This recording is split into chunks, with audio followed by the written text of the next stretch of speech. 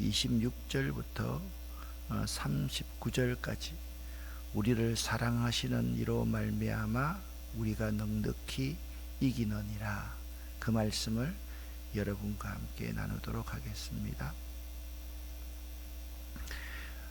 로마서 6장은요 구원 이후의 생활, 즉 구원받은 성도들의 생활에 대해서 말을 합니다. 우리가 구원을 받았다라고 하면, 다른 말로 하면 죄에 대해서는 죽었다라는 의미입니다.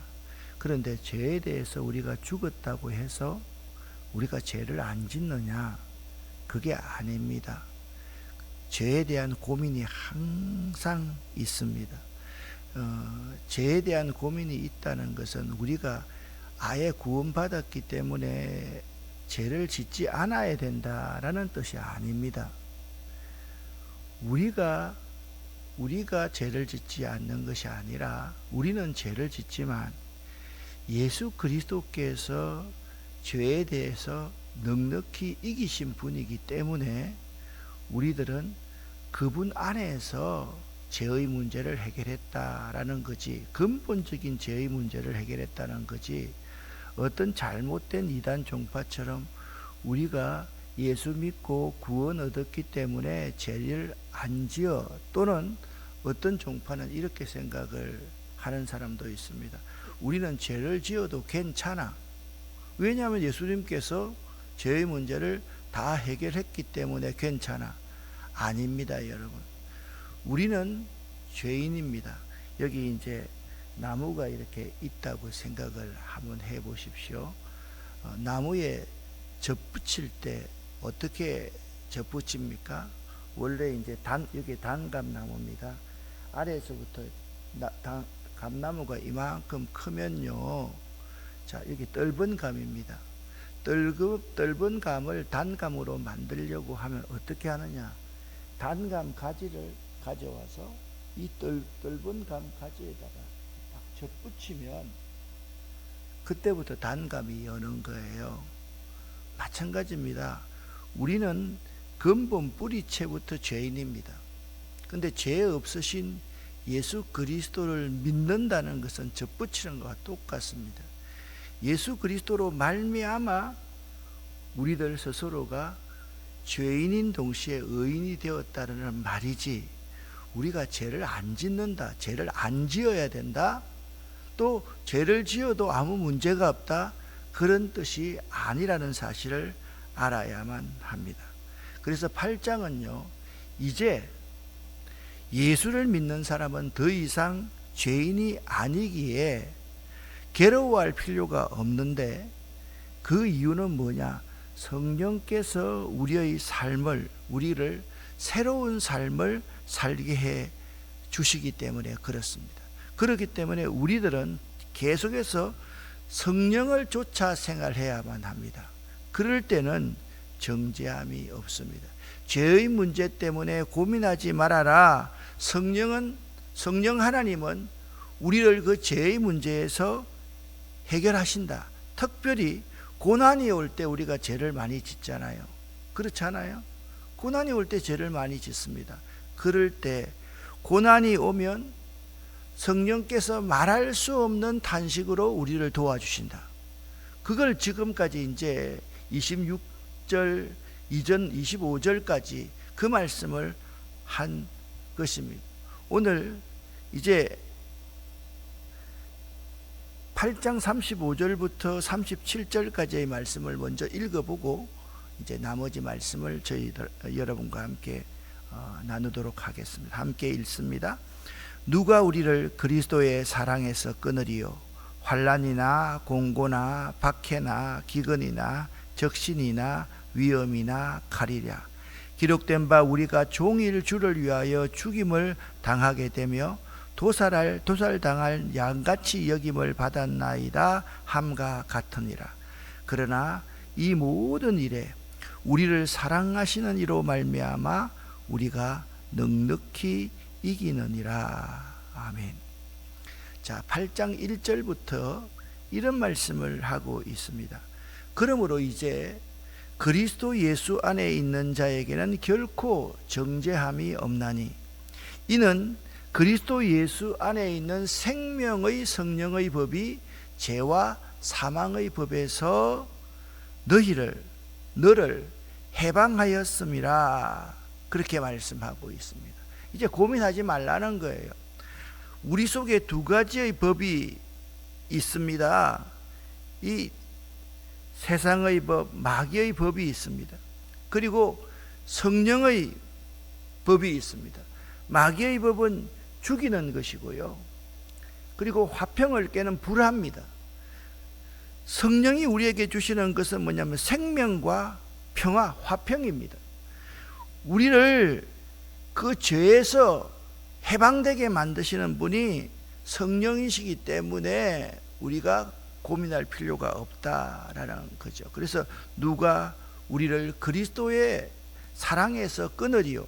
예수 그리스도가 십자가 위에 달려 돌아가심으로 말미암아서 모든 인류의 죄의 문제를 해결하였다. 그것이 오늘 본문의 말씀의 결론이거든요. 그런데 그럼에도 불구하고 5절부터 8절에는 육신을 쫓아 사는 사람들이 있다.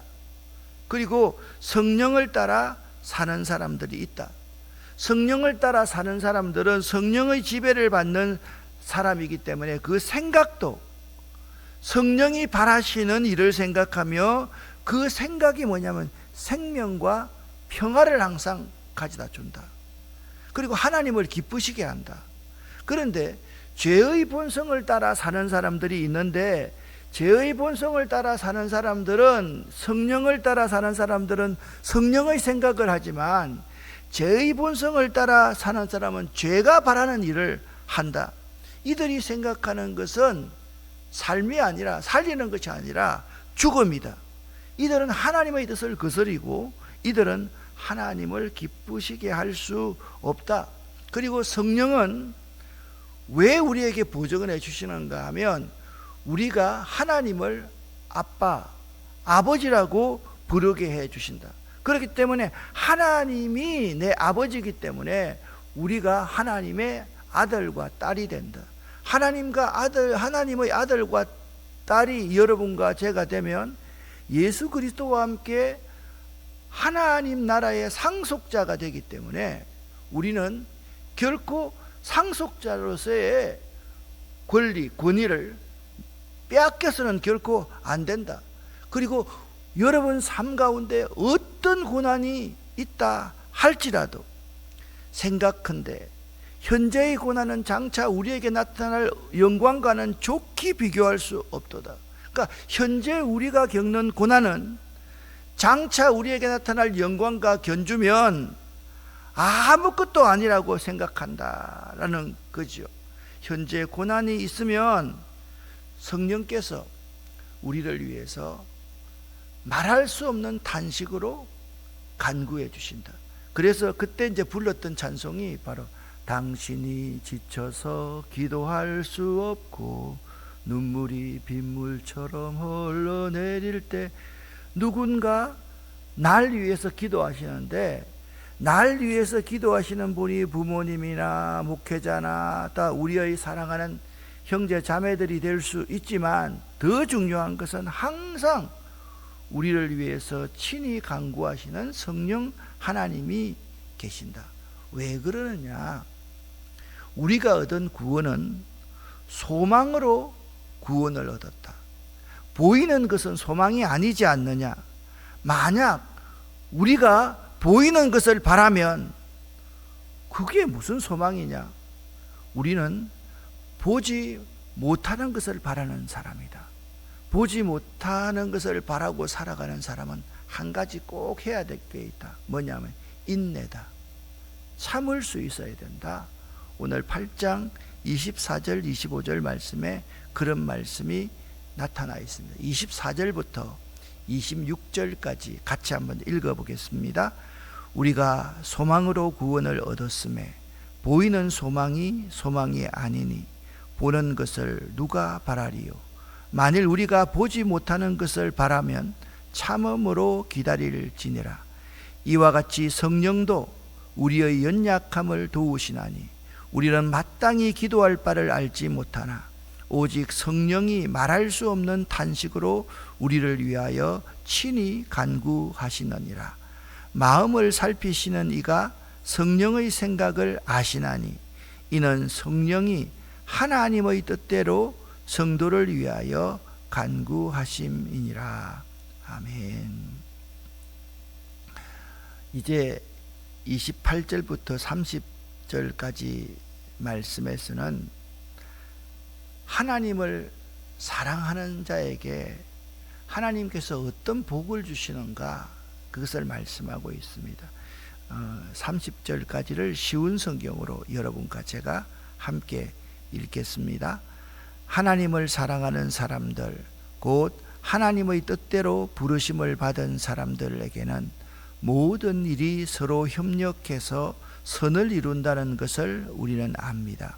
하나님께서는 미리 아신 사람들을 택하셔서 자기 아들의 형상과 같은 모습이 되도록 미리 정하셨으니 이것은 그 아들이 많은 형제 가운데서 맏아들이 되게 하시려는 것입니다.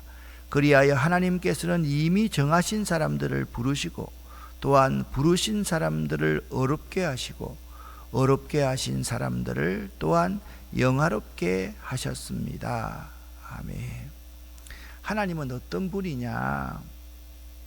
하나님을 사랑하는 자에게는 모든 것이 합력하여 선을 이루는 쉽게 하시는 분이다. 그러니까 여러분 이걸 알아야 돼요. 모든 것이 합력하여 선을 이룬다에 방점을 찍고 있는 것이 아니라 오늘 로마서를 기록한 사도 바울은 여러분 어떤 상황이 있다 할지라도 하나님만 사랑하십시오. 그 말씀을 하고 있는 거예요. 여러분 정말 하나님을 사랑하는 사람과 이 세상을 사랑하는 사람 두 부류의 사람이 있습니다. 근데 대부분 우리들은요 자꾸 죄에 대해서 근심하고 걱정하기 때문에 하나님만 사랑하면 모든 걸 다 하나님이 해결해 주시는데 하나님을 사랑하지 않고 자꾸 세상에 나아가서 세상을 사랑하고 물질을 사랑하고 인간을 의지하며 살아갈 수밖에 없는 존재라는 것입니다. 우리는 이것을 알아야만 합니다. 내가 내 인생을 살면서 하나님만 사랑하느냐 세상을 사랑하느냐 그 문제에 대해서 바로 깨달아 알고 오직 우리가 이렇게 살아서는 안 됩니다. 하나님 사랑할까 세상을 사랑할까가 아니라 두 손을 모아서 하나님만 사랑할 수 있는 그러한 사람이 될 수 있어야 됩니다. 왜 그러냐? 우리를 부르신 이가 하나님이시기 때문에 그렇습니다. 여러분과 저를 이 자리에 부르고 이 세상에 태어나게 하신 분은 사단이 아니라 세상이 아니라 하나님이 여러분을 이 세상에 태어나게 하셨고 하나님이 여러분과 저를 이 자리에 하나님의 뜻대로 부르셨기 때문에 그렇고 자기의 자녀로 삼아 주셨습니다. 그렇기 때문에 우리들이 어떤 일을 한다 할지라도 하나님은 그것을 합력해서 선을 이루시는 분이다라는 거예요. 여러분 자녀 키워보지 않습니까? 자녀 때문에 속상하지 않는 부모는 한순간도 없을 겁니다. 그런데 속상하게 한다고 해서 그 아이가 내 아들 내 딸이 아닙니까? 그렇지 않습니다. 아무리 속상하게 해도 그 아이는 내 아들이요 내 딸인 것처럼 하나님께서 우리를 택하여 부르셔서 우리 의와 상관없이 하나님의 자녀로 삼아 주셨습니다. 성령께서 우리를 하나님을 아빠, 아버지라 부르게 하셨습니다. 우리는 어떤 사람이 되었다고 말씀드렸습니까? 예수님과 똑같이 하나님의 아들, 딸로서 상속자가 되었습니다. 이것은 이제 누가 바꿀 수가 없습니다. 그렇기 때문에 우리가 어떤 일을 한다 할지라도 아버지 하나님께서는 그 모든 일을 합력해서 선이 되게 해주시는 분이다. 할렐루야. 이 사실을 우리가 믿고 살아야만 되는 것이 중요한 것은 그렇습니다. 하나님을 잘 믿느냐 그게 달려있고 하나님만 사랑하느냐 거기에 달려있는 것이지 내가 나쁜 일 해도 괜찮아 그런 부분이 아니다라는 것입니다. 그래서 우리는요 특권을 가지고 있는 사람입니다. 어떤 특권을 가지고 있는 사람입니까? 31절부터 39절에서 그것을 잘 설명해 주고 있습니다. 세번역 성경으로 31절부터 39절까지 읽어보겠습니다. 그렇다면 이런 일을 두고 우리가 무엇이라고 말할 수 있겠습니까? 하나님이 우리 편이시면 누가 우리를 대적하겠습니까? 자기 아들을 아끼지 않으시고 우리 모두를 위하여 내주신 분이 어찌 그 아들과 함께 모든 것을 우리에게 선물로 거저 주지 않으시겠습니까? 하나님께서 택하신 사람들을 누가 감히 고발하겠습니까? 의롭다 하시는 분이 하나님이신데 누가 감히 그들을 정죄하겠습니까? 그리스도 예수는 죽으셨지만 오히려 살아나셔서 하나님의 오른쪽에 계시며 우리를 위하여 대신 간구하여 주십니다. 누가 우리를 그리스도의 사랑에서 끊을 수 있겠습니까? 환난입니까? 공고입니까? 박해입니까? 굶주림입니까? 헐벗음입니까? 위협입니까? 또는 칼입니까? 성경에 기록한 바 우리는 종일 주님을 위하여 죽임을 당합니다. 우리는 도살을 당할 양과 같이 여김을 받았습니다. 한 것과 같습니다. 그러나 우리는 이 모든 일에서 우리를 사랑하여 주신 그분을 힘입어서 이기고도 남습니다. 나는 확신합니다. 죽음도 삶도 천사들도 권세자들도 현재일도 장래일도 능력도 높음도 깊음도 그 밖에 어떤 피조물도 우리를 우리 주 예수 그리스도 안에 있는 하나님의 사랑에서 끊을 수 없습니다. 아멘. 37절 말씀은 오늘 여러분 잘 새겨서 오늘 하루 여러분의 삶의 지침으로 삼으십시오. 37절 말씀에 보니까 그분을 힘입어서 이기고도 남습니다. 여러분 오늘 하루 동안에 우리 하나님을 힘입어 살아갈 수 있기를 예수 이름으로 간절히 부탁을 드립니다. 우리는요 하나님을 힘입지 않으면 매 순간순간 실패할 수밖에 없습니다. 말씀드렸듯이 우리는요 뿌리부터 우리의 모든 것이 다 죄인입니다. 죄성입니다. 말하면요 덕스럽고 은혜스러운 말 하는 것이 아니라 말하면 빼딱한 말, 부정한 말, 부정적인 말, 덕이 안 되는 말을 할 때가 참 많습니다. 여러분 말해놓고 나면 그것이 얼마나 내가 부족한가 그것을 깨달을 수밖에 없는 사람이 우리들입니다. 그렇기 때문에 우리가 이 세상을 살아갈 때 오로지 한 가지 할 수 있는 것은 그리스도를 덧입는 것입니다. 그리스도를 힘입는 것입니다. 예수의 보혈로 우리가 살아가야만 하는 것입니다. 내 삶 모두를 예수의 보혈을 덮어서 살아갈 때 우리는 그분 앞에 그분을 믿음으로 살아갈 수가 있는 것입니다. 하나님께서는 우리들에게 모든 것을 주셨으며 그 아들까지 내어주셨습니다. 그 아들 예수는 지금도 우리를 위해서 말할 수 없는 탄식으로 기도해 주시며 우리는 그를 통해 모든 고난을 이기게 되었습니다. 여러분 꼭 오늘 명심하십시오. 그분을 힘입어서 살아가자.